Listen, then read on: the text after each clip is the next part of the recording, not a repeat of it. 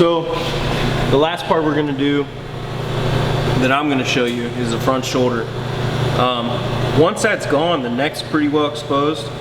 You can either take a bone saw and cut through that neck and actually have like a bone-in section of it. I usually just like to peel the meat off of both sides of the vertebrae and cube it for grind, but it does make a really good roast. So the shoulder isn't like the hind leg. There's no joint here. It just kind of sits up against the body. So if you cut like right where the armpit, ache into the deer's armpit would be, you'll see that's just kind of like open in there. And the more you pull, the more it'll kind of come loose for you. So now it's almost totally loose. You can see where the light's coming down through there. That's where you can disconnect it.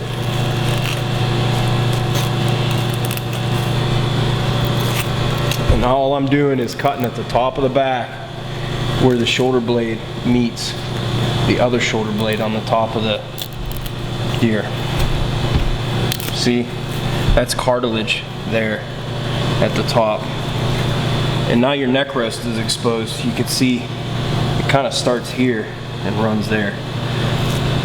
It's not a bad, there's nothing wrong with it if you cook it right. It's just tough. So now you got your shoulder loose. Your shoulders are usually going to be the part where you lose some meat just because of the shot, especially if you're a rifle hunter. Like, that's kind of packed with blood and stuff. I'd probably trim that off and clean it the best that I could. But with a rifle, you're going to have some definite trauma. See, now there's just some clotted blood in here, and it's really not bad at all. So we'll just kind of get that out of the way before we start.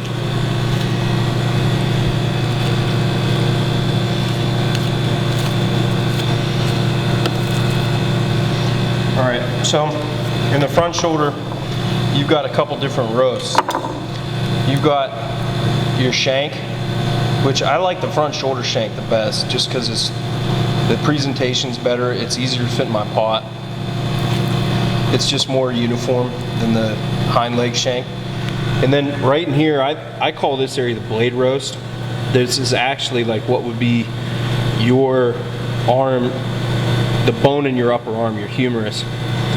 And then here's the shoulder blade, and you can see that ridge.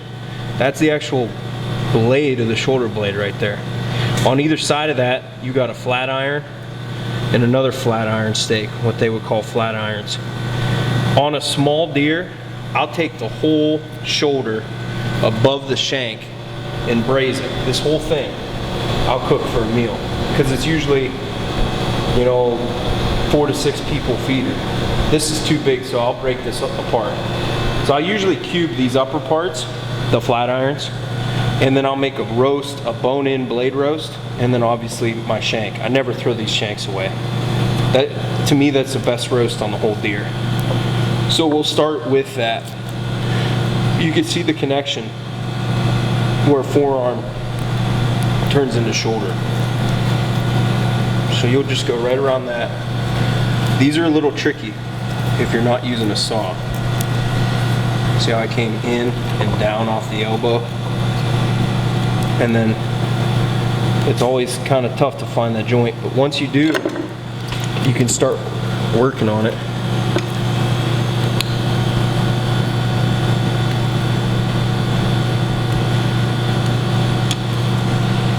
I'll come around here and cut. I always cut all the way around whatever I'm trying to dislocate.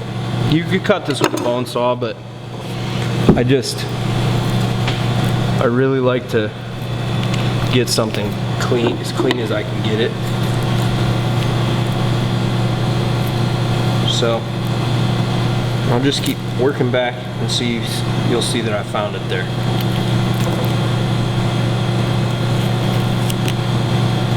It's gonna roll right off of there. That's a tough joint. Now it's totally loose. Keep working your way around it. Don't forget all this meat around the head of that joint. Don't want to leave that stuff. Okay, so there's the shank. This top part, like what would be like kind of like the elbow, I leave that as is. The bottom half of this, in order to get some marrow out when you're cooking, I'll take it, hang it off the edge of the table, and I'll just get it off there.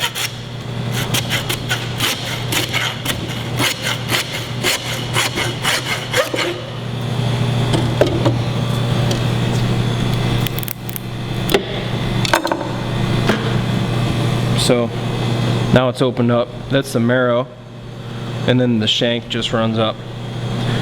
I have the recipe for ossobuco on there, and in it I talk about these strings of connective tissue.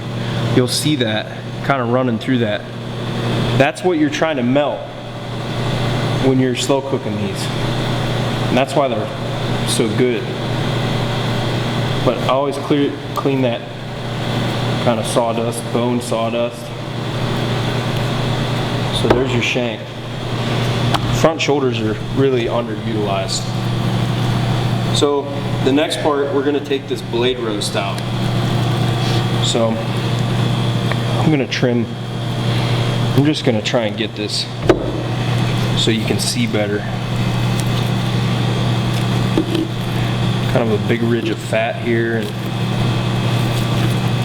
trim. But you'll see how this connects. It actually comes up and meets right here. So your blade roast is going to be the lower end of that.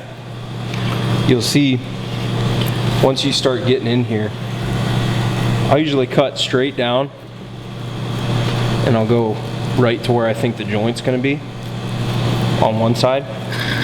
And the other side I'll come straight in from the kind of the apex of that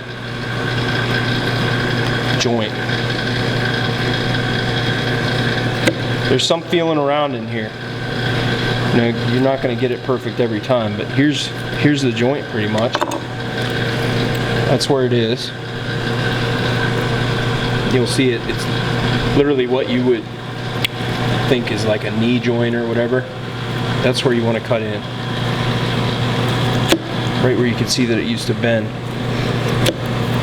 So now I got it exposed. You just want to take your knife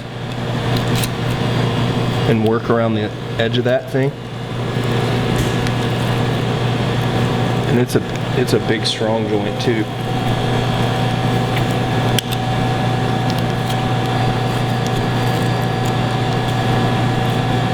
And that's it. Come back here and just take it off. So there's your untrimmed blade roast. The top part of it is really, really big and thick. I don't even mess with that as far as the saw goes. Down here, same method as with the shank. I like to open it up so your braising liquid can hit that thing when you're cooking. It's kind of a tough one to hang on to when you first start.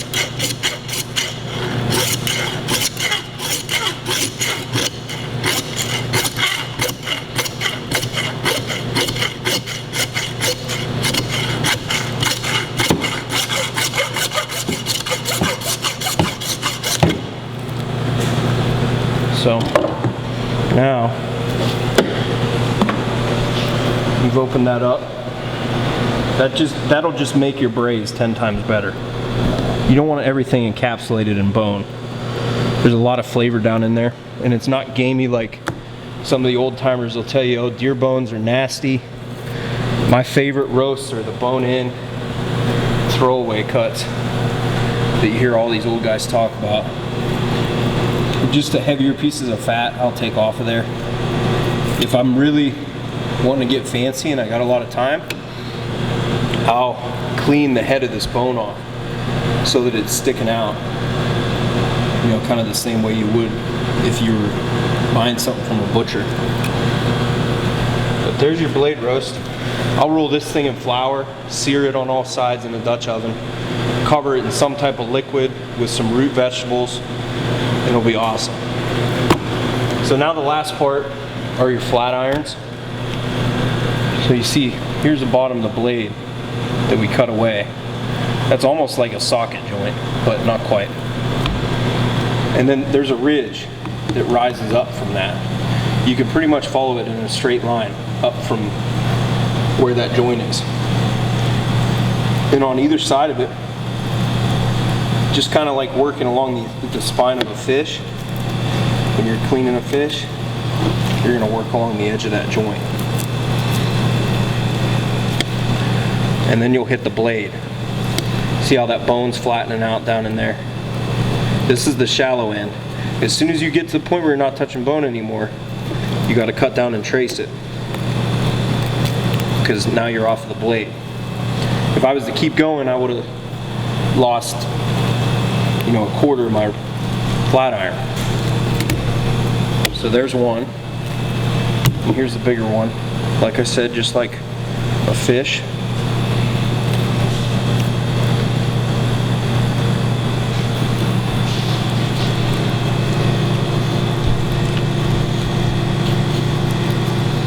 See how we're peeling back away from the bone.